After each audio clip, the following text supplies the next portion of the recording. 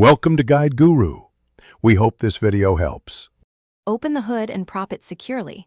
The air filter is in the black rectangular housing on the passenger side near the intake snorkel.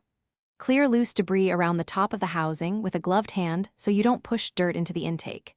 Gather a small toolkit, an 8mm socket or flat screwdriver, a shop rag, and replacement filter.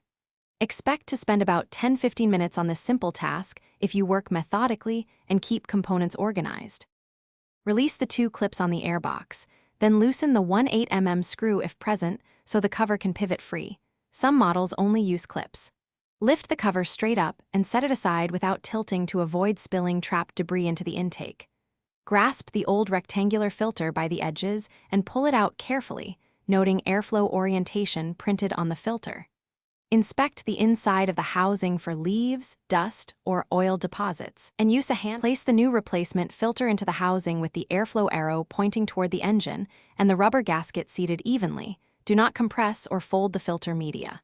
Replace the cover, align the tabs, snap both clips closed, and tighten the 8mm screw snugly. Do not over-tighten. Reconnect any disconnected hoses and close the hood.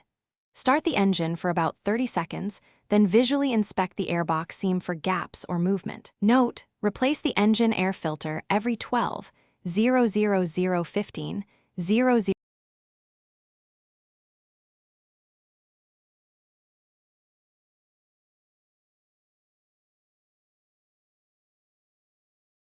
Thanks for watching.